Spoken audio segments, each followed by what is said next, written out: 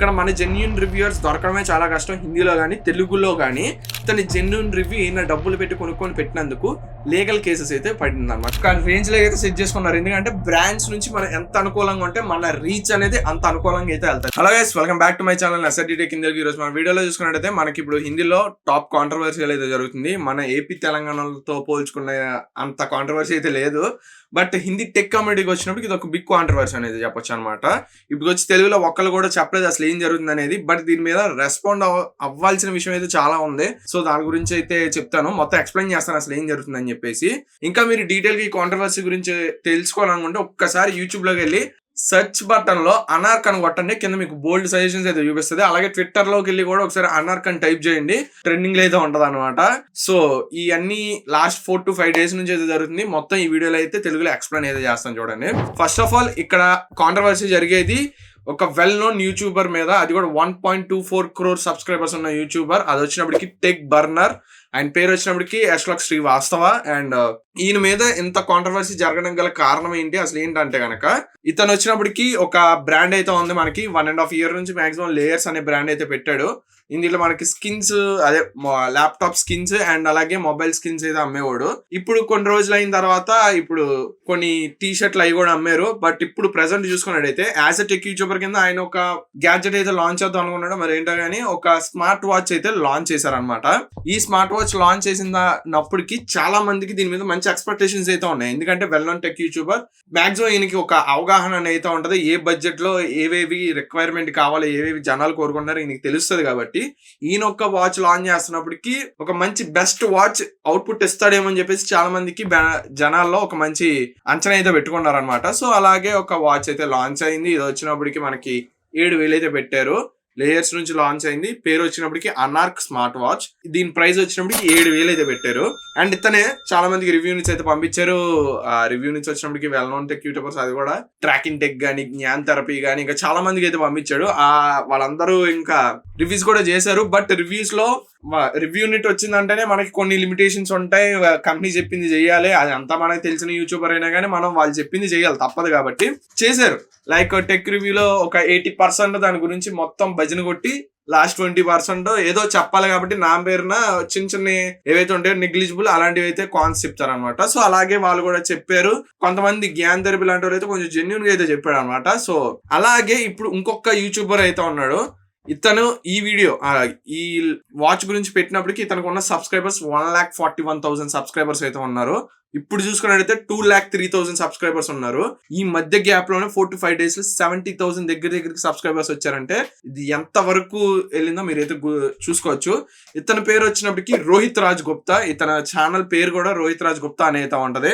దానిలోకి వెళ్ళి మీరు సెర్చ్ చేసినట్టయితే ఇప్పుడు ఆ అనార్క్ మీద రివ్యూ అయితే వీడియో ఒకటి పోస్ట్ చేశారు. ఇప్పుడైతే మీకు అది కనపడదు కూడా, ఎందుకంటే అది డిలీట్ చేయించేసారు లాస్ట్ కి. అండ్ అది ఎందుకు డిలీట్ చేయించారో కూడా లాస్ట్ అయితే చెప్తాను అనమాట.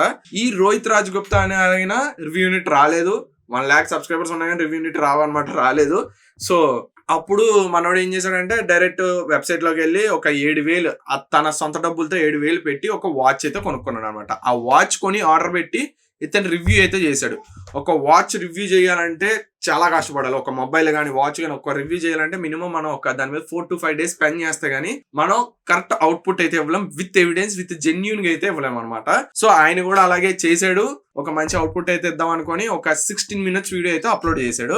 అండ్ ఆ వీడియోలో ఆయన చాలా వరకు కాన్స్ చెప్పాడు. అండ్ కాంట్రవర్సీ గురైన కొన్ని పాయింట్స్ కూడా ఆయన దానిలో విత్ ప్రూఫ్స్ అయితే చూపించాడు.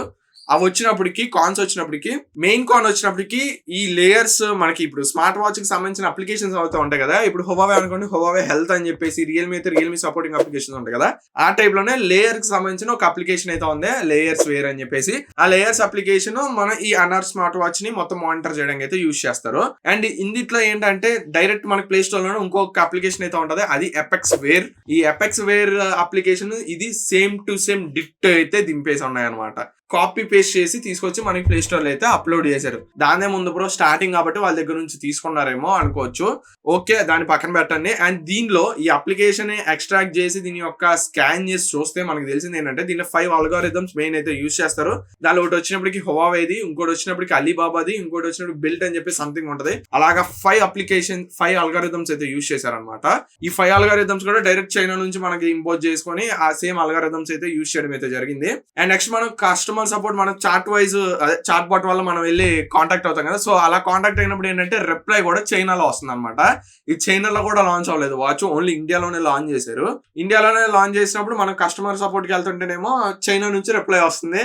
అండ్ మనకి పైన ఏదైతే ఉందో మెయిన్ ఇంగ్లీష్ లో కూడా తీసుకురావట్లేదు, డైరెక్ట్ అలీబాబా రిప్లై అల్గారిథం అయితే ఉందో కాపీ చేసి పేస్ట్ చేసి అయితే చేస్తారు. ఫోన్ స్టార్టింగ్ లో కాబట్టి తీసుకున్నారని అయితే అనుకోవచ్చు. బట్ దీనిలో ఏంటంటే విషయం, ఇక్కడ టెక్ బర్నర్ అనేవాడు అతను లాంచ్ ఈవెంట్ తో చెప్పింది ఏంటంటే వాళ్ళ టీమ్ దగ్గరుండి ఈ అప్లికేషన్ అయితే బిల్డ్ చేసింది. ఇంటర్ఫేస్, వాచ్ ఇంటర్ఫేసెస్ సంబంధించినవి కానీ ఇంకా ఎక్స్ట్రా ఫీచర్స్ మొత్తం అన్ని మేమే దగ్గరుండి అప్లికేషన్ తయారు చేసామని చెప్పేసి అయితే టెక్ బర్నర్ అయితే చెప్పాడు అనమాట. సో అక్కడ వచ్చినప్పటికి స్కామ్ జరిగింది.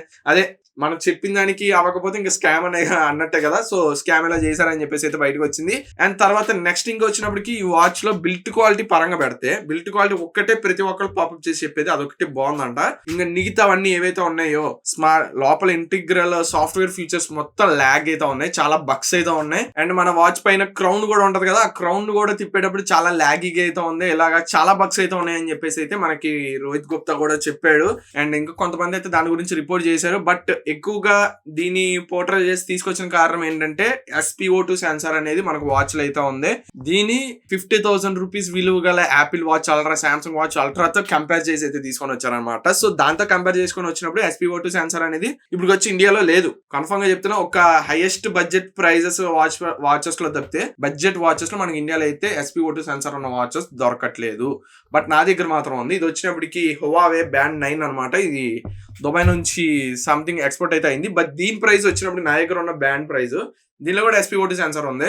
ఇది వచ్చినప్పటికి నాకు దుబాయ్లో అయితే 3,500 పడింది, ఇండియాలో అయితే 5,000 పడుతుంది అనమాట. దానికన్నా 2,000 రూపీస్ తక్కువ SpO2 సెన్సార్ ఇన్బుల్ట్ చేసి తీసుకొని అయితే వచ్చారు. సో ఇలాగే SpO2 సెన్సార్ తీసుకొని వస్తున్నాం అని చెప్పగానే మన వాళ్ళు డైరెక్ట్ యాపిల్ వాటితో కంపేర్ చేసి ఎంతవరకు యాక్యురసీ ఉందా లేదో చూసారనమాట. ఒక్కొక్కసారి ఒక్కొక్క యాక్యురసీ అయితే చూపిస్తుంది, అది కూడా స్టేబుల్ అయితే లేదు. బట్ ప్రతి రివ్యూయర్ ఏంటంటే స్టేబుల్ ఉందని చెప్పేసి అయితే చూపిస్తున్నారు. సమ్ టైమ్స్ యాక్యురసీ అయితే చూపిస్తుంది, సో సమ్ టైమ్స్ అయితే చూపించట్లేదు, అది కూడా పక్కన పెట్టండి.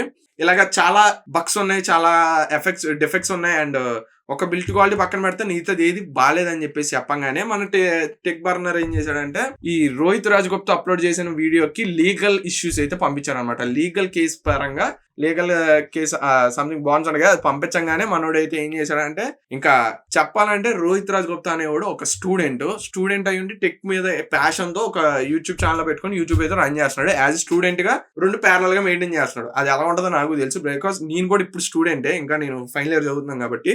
ఇలాగా చేయడం అనేది చాలా కష్టం. బట్ ఆయన ఎడిటింగ్ కానీ క్వాలిటీ కానీ ఆయన అసలు ఎక్కడ వెనక తగ్గకుండా ఎడిటింగ్ కానీ క్వాలిటీ అయితే చేస్తున్నాడు అనమాట. అలాంటి టెక్ యూట్యూబర్. అండ్ అతను ఎక్కువగా చేసింది వాచెస్. ఆయన ఛానల్ మీరు చూసినట్టయితే వాచెస్ కి సంబంధించిందిగా వాచెస్ మీద ఎక్కువ చేస్తాడు. ఇంకా వేరే దాటి మీద ఎక్కడ ఇన్వాల్వ్మెంట్ కూడా లేదు నేను చూసినంత సేపు. సో వాచెస్ మీద చేసినప్పుడు ఇది కూడా ఒక వాచ్ కాబట్టి ఇతని జెన్యూన్ రివ్యూ ఈయన డబ్బులు పెట్టి కొనుక్కొని పెట్టినందుకు లీగల్ కేసెస్ అయితే పడింది అనమాట. ఒక స్టూడెంట్ మీద లీగల్ కేసెస్ పడి ఒకవేళ అది కోర్టు దగ్గరింది అనుకోండి, ఫ్యూచర్ లైఫ్ అయితే స్పాయిల్ అయితే అవుతుంది. మరి ఆయన కూడా స్టూడెంట్ నుంచే చేశాడు కాబట్టి మరి ఆయన ఏమనుకుంటున్నాడు ఆయనకే తెలియాలన్నమాట టెక్ బర్నర్ కి. ఇది లీగల్ కేసెస్ పంపించడం అనేది అయితే తప్పు. ఎందుకంటే ఇక్కడ మన జెన్యూన్ రివ్యూయర్స్ దొరకడమే చాలా కష్టం. హిందీలో కానీ తెలుగులో కానీ మనకి ఇప్పుడు గ్యాడ్జెట్ అవుట్పుట్ రివ్యూ మనం బయటికి రావాలన్నా కానీ జెన్యూన్ గా చాలా కష్టపడాలన్నమాట. సో ఇలాంటి జెన్యూన్ రివ్యూయర్స్ ఇచ్చే వాళ్ళని కూడా తొక్కేస్తున్నారు. అండ్ రేపొద్దున అప్కమింగ్ జెన్యూన్ రివ్యూయర్స్ రావాలన్నా ఇలాంటి వాళ్ళ వల్ల రావాలన్నా కానీ చాలా కష్టం అవుతుంది. ఎందుకంటే ఇలాగా ప్రతి ఒక్క లీగల్ కేసెస్ లాంటివి పంపిస్తా ఉంటే ఎవడొస్తాడు? ఇప్పుడు ఫ్యూచర్ అప్కమింగ్ జెన్యూన్ ఉందాం అన్నా కానీ ఉండలేరు అనమాట. లైక్ ఇప్పుడు మనం చూసుకున్నట్టయితే హిందీలో కొంతమంది యూట్యూబర్స్ ఉన్నారు, నిన్న కాక మొన్న పెట్టి ఇప్పుడు కొంచెం ఒక రేంజ్ లో అయితే సెట్ చేసుకున్నారు. ఎందుకంటే బ్రాండ్స్ నుంచి మనం ఎంత అనుకూలంగా ఉంటే మన రీచ్ అనేది అంత అనుకూలంగా అయితే వెళ్తుంది. వితౌట్ బ్రాండ్స్ మనం ఇక్కడ ఏం చేయలేం. వితౌట్ బ్రాండ్స్ మీద డిపెండ్ అవ్వకుండా మనం జెన్యూన్ గా చెప్పామంటే మన రీచ్ ఉండదు, ఏమీ ఉండదు. అలా రీచ్ తెచ్చుకుందాం అనుకున్న ఒక యూట్యూబర్ మీద లీగల్ కేసెస్ వేసినందుకు చాలా దారుణం అయితే అనిపించింది అనమాట. దీని మీద మీ అభిప్రాయం ఒకసారి కమెంట్ సెక్షన్ లో తెలియజేయండి. అతని ప్రొడక్ట్ లో ఒక డిఫాల్ట్స్ ఉన్నప్పుడు ఆయన అయితే ఫేస్ చేయాల్సి వస్తుంది. ఇప్పుడు OnePlus ఉంది, OnePlus ప్రొడక్ట్ లో వాళ్ళకి ఇష్యూస్ ఉన్నాయి కాబట్టి లైఫ్ టైం వారంటీలు అయితే తీసుకొని వచ్చారు. దాని ఇష్యూ సాల్వ్ చేయడానికి వాళ్ళు చాలా ట్రై చేస్తున్నారు. ఇష్యూ సాల్వ్ చేయడానికి ట్రై చేయాల్సింది పోయి వీళ్ళే లీగల్ కేసెస్ పెట్టడం ఏంటో నాకైతే అర్థం కాలేదన్నమాట. ఇది ప్రెసెంట్ నాకు వరకు తెలిసింది. అండ్ నేను ఇన్వెస్టిగేట్ చేస్తే నాకు మాక్సిమం తెలిసింది. మాక్సిమం చాలా వీడియోస్ అయితే చూశాను, చూస్తే నాకు ఇదంతా తెలిసింది. అండ్ ఆయన ఇంకొక వీడియో కూడా పెట్టాడు, రోహిత్ రాజ్ గుప్తా అప్డేటెడ్ వీడియో అని చెప్పేసి. సో అది కూడా ఒకసారి చూడండి, మీకు ఇంకా క్లియర్ గా అయితే తెలుస్తుంది అనమాట. సో ఇది ఫ్రెండ్స్ వీడియో వచ్చినప్పటికి దీని మీద మీ అభిప్రాయం ఏంటో ఒకసారి కింద కామెంట్ సెక్షన్ అయితే తెలియజేయండి. ఒకవేళ ఈ వీడియో కనుక నచ్చినట్లయితే ప్లీజ్ మా ఛానల్ అయితే సబ్స్క్రైబ్ చేసుకుని అలాగే మీ అభిప్రాయం కామెంట్ సెక్షన్ అయితే తెలియజేయండి. This is Sriram signing off. Thank you, bye, జై హింద్.